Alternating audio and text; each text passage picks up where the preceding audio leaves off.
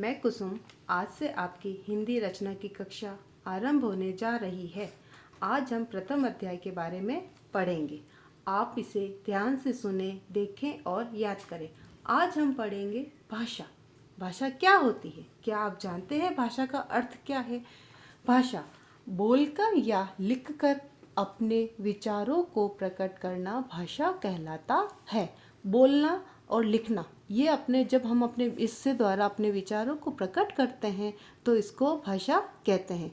अब हम जानना कि भाषा क्या होती। अब हम जानेंगे कि भाषा के कितने रूप होते। पहला होता है मौखिक रूप और दूसरा होता है लिखित रूप। अब मौखिक रूप क्या होता है और लिखित रूप क्या होता है, इसके बारे में हम आगे जानेंगे। और इसके अलावा मौखिक और लिखित रूप के अलावा भी एक और अन्य भाषा का रूप होता है जो होता है सांकेतिक रूप। लेकिन सांकेतिक रूप का अर्थ क्या हुआ? सांकेतिक रूप का अर्थ हुआ इशारों के द्वारा। जब हम किसी को इशारों के द्वारा कोई बात समझाने की कोशिश करते हैं तो वो होता है सांकेतिक रूप।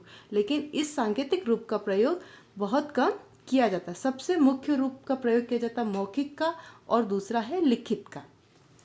अब मौखिक भाषा क्या होती है? मौखिक भाषा का यह अर्थ हुआ जिस माध्यम से हम अपने विचारों को बोलकर प्रकट करते हैं और सुनकर समझते हैं, वह होता है मौखिक भाषा।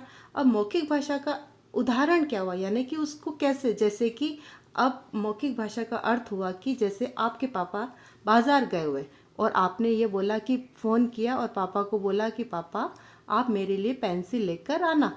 तो पापा ने आपका फ़ोन जब ये बात सुनी तो पापा ने बोला ठीक है, मैं आपके लिए पेंसिल ले आऊँगा। तो ये हमने मौखिक रूप में, यानी आपने उस बात को बोला और पापा ने उस बात को सुना।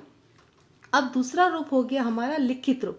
लिखित रूप का मतलब हुआ लिखकर। हम लिखकर जब अपनी बातों को प्रकट करते हैं, अपनी बातों को समझाते हैं, तो वो हमारा लिखित रूप हो गया। जैसे कक्षा में जब अध्यापिका जब कुछ बोर्ड पर लिखती है, आपको जब समझाती है और आपको बोलती है जो मैंने लिखा है आप उसको अपनी कॉपी में नकल करिए। तो ये नकल करना, ये अर्थ हुआ कि आपको इस बात को लिखकर उस भाषा को समझना है। तो ये हुआ लिखित रूप। अब इसी तरह से आज हमने भाषा को पढ़ा, भाषा का रूप पढ़ा, भाषा के अर्थ पढ़े, भाषा को कितने रूप होते ये हमने पढ़ा।